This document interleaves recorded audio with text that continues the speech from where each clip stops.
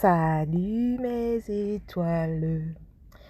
Alors aujourd'hui, nous allons parler de l'importance de la foi sur le parcours FJ et en général.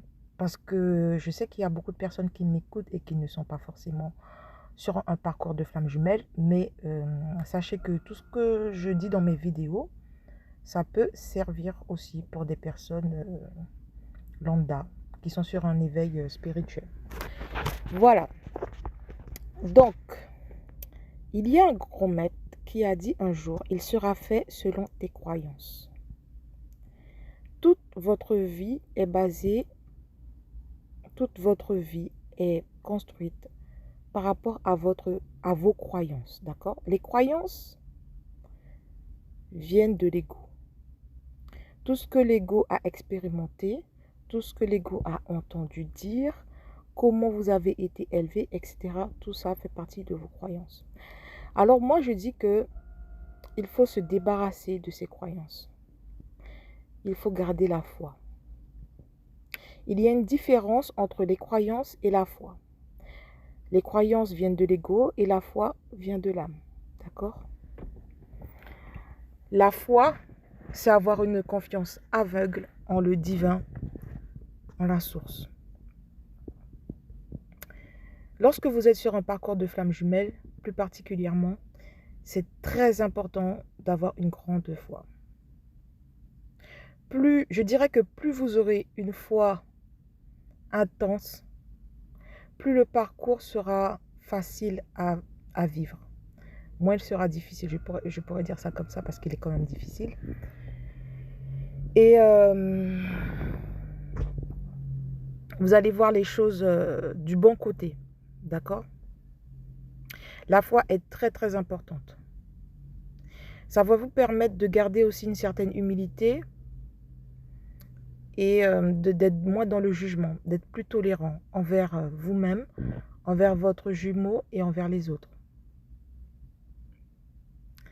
Il faut avoir la foi pour tout ce qui va se passer sur le parcours.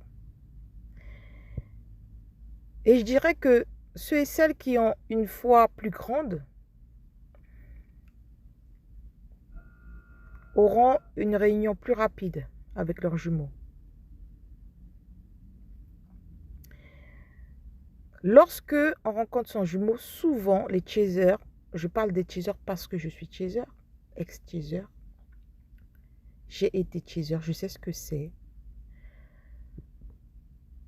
Souvent les chasers sont en couple.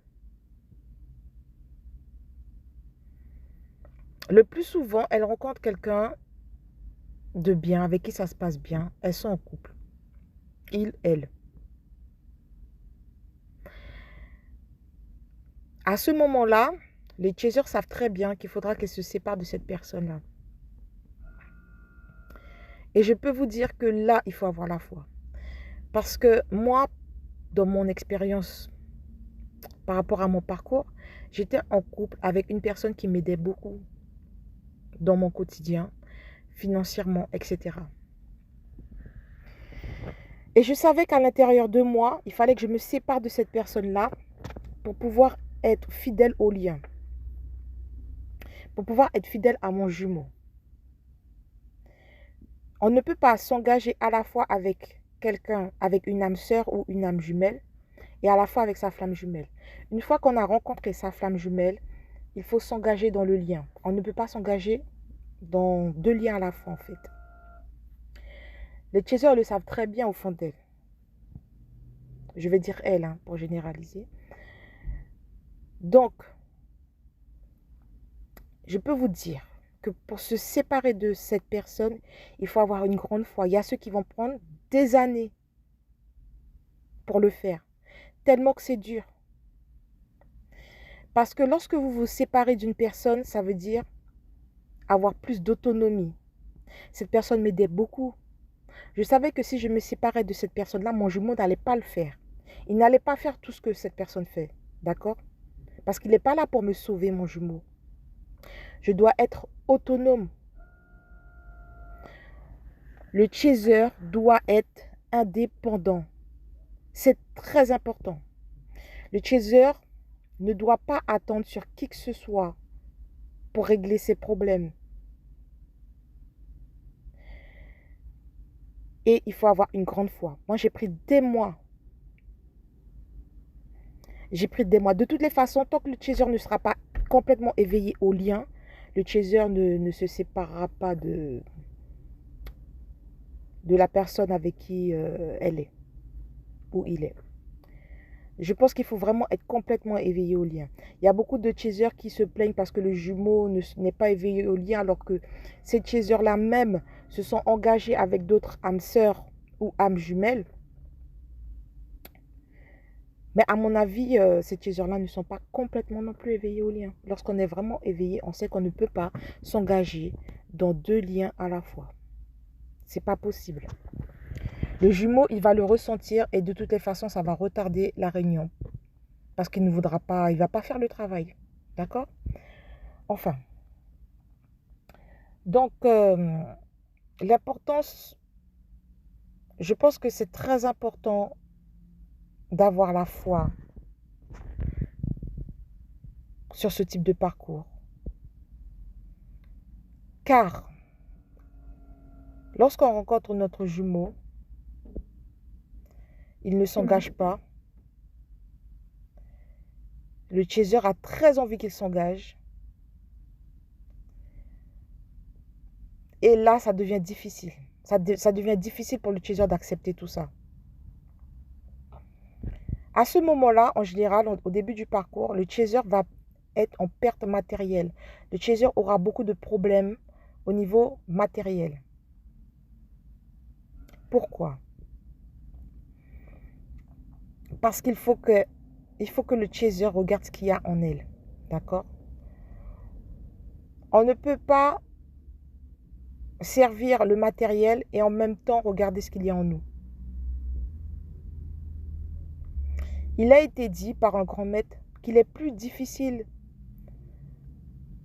à un riche de rentrer dans le royaume de Dieu plutôt qu'à un chameau de passer dans le chat d'une aiguille. Vous vous rendez compte? Alors, le plus souvent, les chasers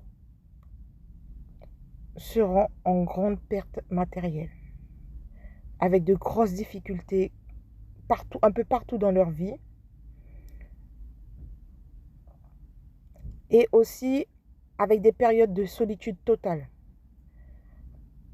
Les chasers, je pense comme les runners de toutes les façons, à un moment donné, peut-être pas au même moment, seront forcés à se retrouver seuls.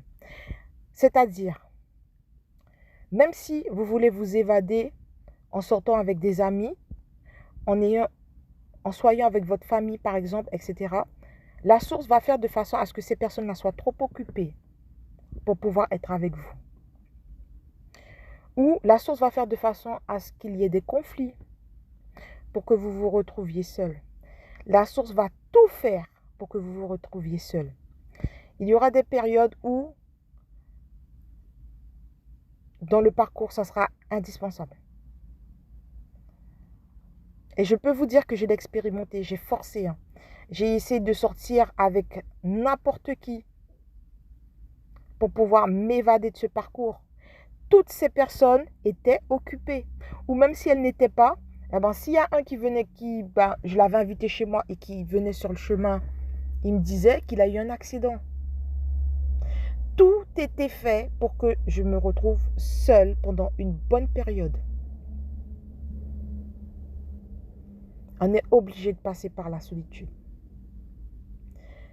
Pour pouvoir ouvrir une porte, il faut en fermer d'autres. Donc voilà, je voulais parler de la foi sur ce parcours. Il est important, il faut garder la foi. Il faut augmenter votre foi.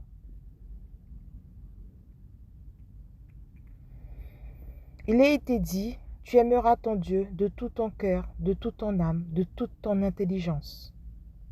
C'est pas pour rien en fait. Si vous n'avez pas cette grande foi en la source, je pense que ce parcours-là n'est pas pour vous. Donc voilà. J'espère que cet audio sera compris par beaucoup.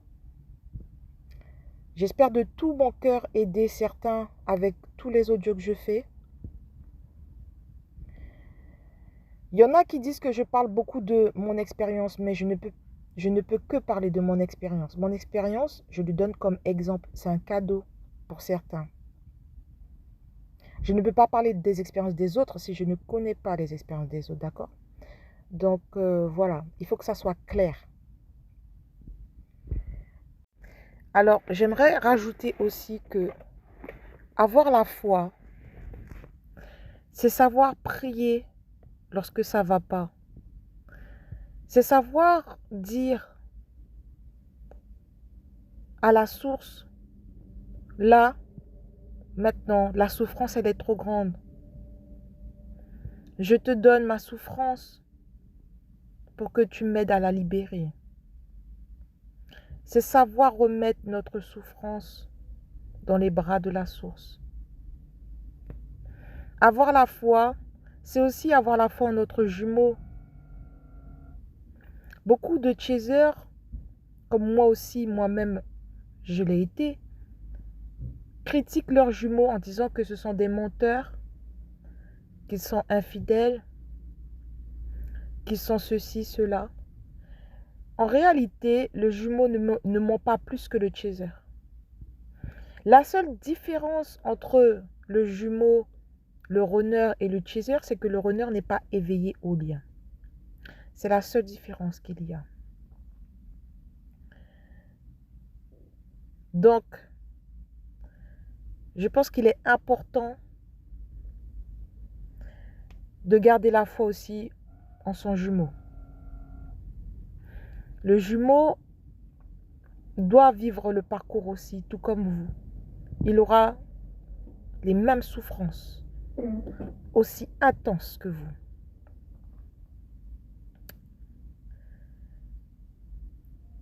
Lorsqu'on a la foi, on est très soutenu par nos guides, les anges, etc. On a beaucoup d'idées qui nous parviennent comme ça, on ne sait pas d'où, pourquoi, mais c'est grâce à notre foi. On aura une plus grande clairvoyance sur le parcours, sur notre vie en général. D'où l'importance de la foi. Avoir la foi, c'est aussi savoir dire merci. C'est savoir être reconnaissant. Ne serait-ce que d'avoir rencontré son jumeau. Il faut être conscient que la plupart des humains ne vivent que pour rencontrer ce grand amour-là que nous avons eu la chance de rencontrer. Est-ce qu'on se rend compte de ça en fait? La plupart des humains cherchent ce bonheur. Il faut savoir dire merci. Il y aura beaucoup de difficultés sur le parcours, beaucoup de problèmes, etc. certes. Mais ça n'est pas pour rien. La source va détruire nos croyances. La source va éduquer notre ego pour une vie meilleure par la suite. Moi, je vais vous donner un exemple.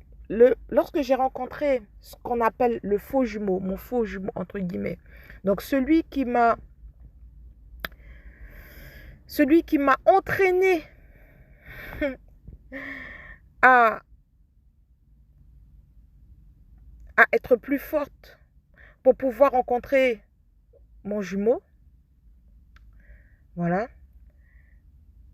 je me disais, mais j'étais très jeune, hein, j'étais adolescente lorsque ça m'est arrivé. Alors je me disais, mais si je pouvais avoir cet amour que j'ai pour cette personne-là, sans que cette personne-là existe dans ma vie, c'est-à-dire juste avoir l'amour comme ça, sans que ça soit pour la personne, mais juste être dans cet amour-là, point. Je me disais, mais si c'était possible, parce que je savais très bien que j'étais hyper dépendante de cette personne-là. Je savais très bien que dès qu'il n'était pas là, tout allait mal, je voyais la vie en noir. Et dès qu'il était à mes côtés, je voyais la vie en rose. Alors je me disais, mais si je pouvais voir la vie en rose, sans pour autant qu'il soit là, sans pour autant avoir cette dépendance de lui, ça serait un merveilleux cadeau. Et je me disais ça sans... Je ne connaissais pas du tout ce qui était flamme jumelle, etc. Et vous vous rendez compte, lorsque j'ai découvert ce parcours-là, des années après, je me suis dit, mais c'est comme si la source, elle avait répondu à ma demande. Le cadeau, il est là. Oui, mais ce ne sera pas sans peine, sans difficulté. Avec beaucoup de difficultés, certes, mais le cadeau, il est là à la fin. C'est comme une femme qui est enceinte, qui subit une grossesse difficile, mais qui sait que le cadeau, à la fin, l'aura, son petit bébé. D'accord? Et ça, je le vis actuellement. Cet amour, je le touche au bout des doigts, sans pour autant qu'il y ait mon jumeau là, sans pour autant être dépendante de quelqu'un. C'est un merveilleux cadeau. D'accord? Donc voilà, je vous fais des gros bisous et on se dit à bientôt pour un nouvel audio.